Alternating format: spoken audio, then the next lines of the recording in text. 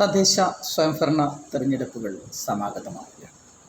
പുനലൂർ നഗരസഭയിൽ പുനഃസ്ഥാപിക്കപ്പെടാൻ പോകുന്നതോ അല്ലെങ്കിൽ വരാൻ പോകുന്ന പുതിയ നഗരസഭയെക്കുറിച്ചോ വലിയ പ്രതീക്ഷകളൊന്നും തന്നെ പങ്കുവയ്ക്കുന്നു.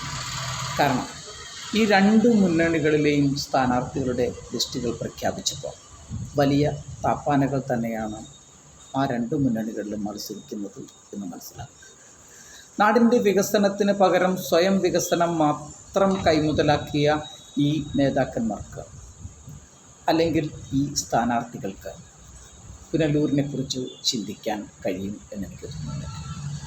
പുനലൂരിൻ്റെ വികസനം 2-3 ബിസിനസ്സുകാർക്കായി പണയം വെച്ച് കൊടുത്തിരിക്കുന്ന അല്ലെങ്കിൽ അച്ചാരം വാങ്ങിയ നഗരസഭയ്ക്ക് അല്ലെങ്കിൽ നഗരസഭയുടെ ഭരണാധികാരികൾക്ക്, രാഷ്ട്രീയ നേതാക്കന്മാർക്ക് അതിൻ്റെ സർവ്വതോന്മുഖമായൊരു വികസനം നടപ്പിലാക്കാൻ കഴിയില്ല എന്ന് തന്നെ ഞാൻ കരുതുന്നു. എങ്കിലും എനിക്ക് അവരോട് റിക്വസ്റ്റ് ഉണ്ട്.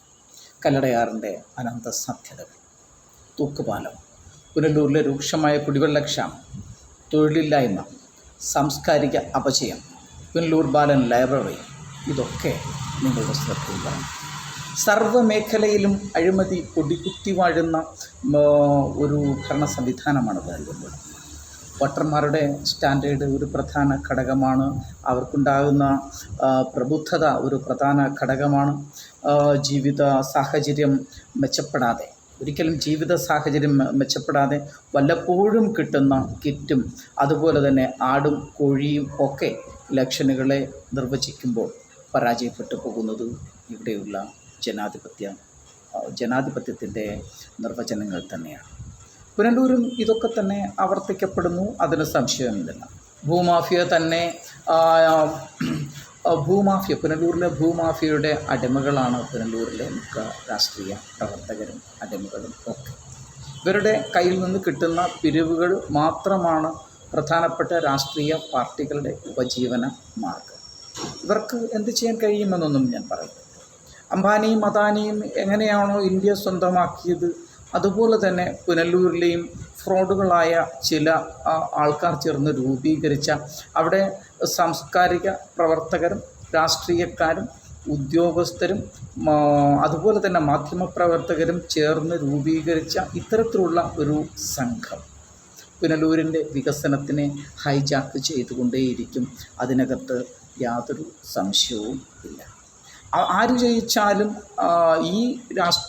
ഈ മാഫിയയുടെ ഇംഗീതങ്ങൾക്ക് വഴങ്ങിയുള്ള തീരുമാനങ്ങൾ എടുക്കാനേ അവർക്ക് കഴിയുകയുള്ളൂ. മറ്റൊന്നും പറയുന്നില്ല, ഏകദേശം 12 വർഷം കൂടുമ്പോൾ കുംഭമേള നടക്കാറുണ്ട്.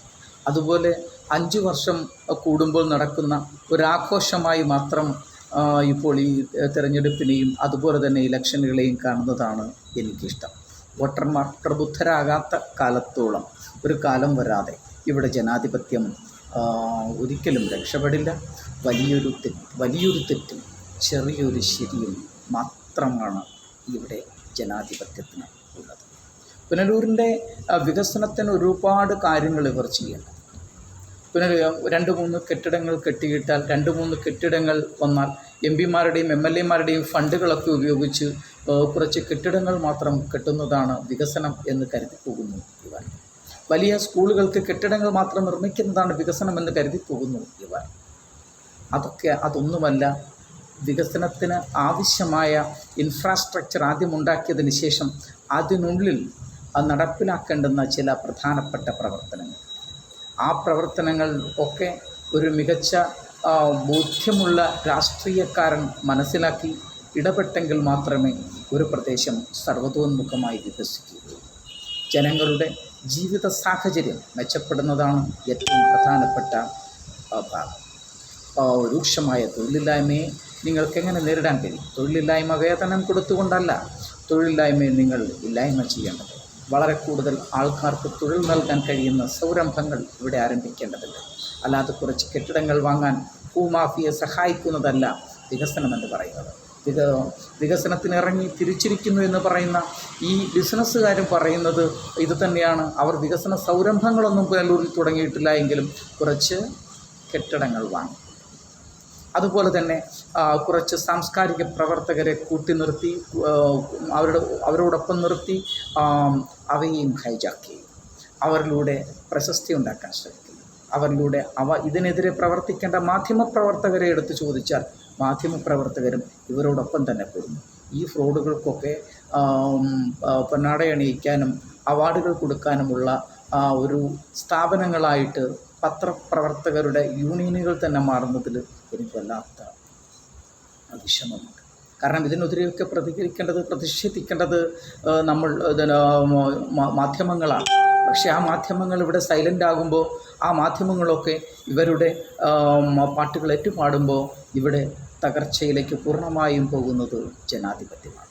എങ്കിലും ഈ 5 വർഷം കൂടുമ്പോൾ നടക്കുന്ന ഈ ആഘോഷ പരിപാടിയിൽ നിങ്ങളുടെയൊക്കെ വോട്ടുകൾ വളരെ പ്രബുദ്ധരായ സ്ഥാനാർത്ഥികൾക്ക് മാത്രം നൽകി ആ സ്ഥാനാർത്ഥികളെ വിജയിപ്പിച്ച്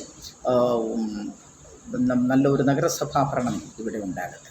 ഇവിടെ ഞാൻ ആരുടെയും ഒപ്പം നിൽക്കുന്നില്ല, എങ്കിലും പറയുന്നു, പ്രബുദ്ധരായ സ്ഥാനാർത്ഥികൾക്ക്, പുനലൂരിനോട് വളരെയധികം താല്പര്യമുള്ള ആൾക്കാർക്ക്, പുനലൂരിൻ്റെ വികസനത്തിന് വേണ്ടി മാത്രം നിൽക്കുന്ന ചെറുപ്പക്കാർക്ക് വോട്ടുകൾ രേഖപ്പെടുത്തി ഈ വികസനത്തിന് വിഘാതമായി നിൽക്കുന്ന, അല്ലെങ്കിൽ ഇത്തരത്തിലുള്ള മാഫിയോടൊപ്പം ചുട്ടുപിടിക്കുന്ന കുറച്ച് പേരെ വിജയിപ്പിക്കാതിരിക്കാൻ പ്രബുദ്ധരായ വോട്ടർമാർക്ക് കഴിയട്ടെ. അല്ലെങ്കിൽ വീണ്ടും ഞാൻ നേരത്തെ പറഞ്ഞതുപോലെ തന്നെ വലിയ പ്രതീക്ഷകളൊന്നുമില്ല എങ്കിലും വരട്ടെ.